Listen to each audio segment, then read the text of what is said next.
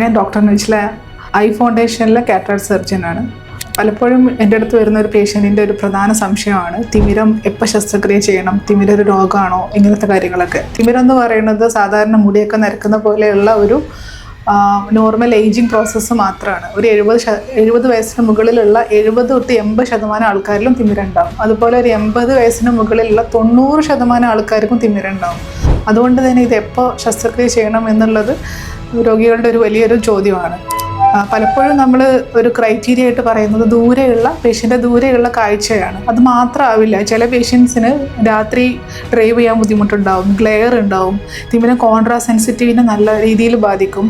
അതും അല്ലെങ്കിൽ ചിലർ ജോലികൾ ചെയ്യാൻ പറ്റാതെ വരും. സർജൻസ്, ഡ്രൈവേഴ്സ്, അതുപോലെ ആശാരികൾ, സ്വർണ്ണപ്പണിക്കാർ, ഇങ്ങനത്തെ പേഷ്യൻസിനൊക്കെ കുറച്ച് നേരത്തെ തന്നെ ശസ്ത്രക്രിയ വേണ്ടി വരാം.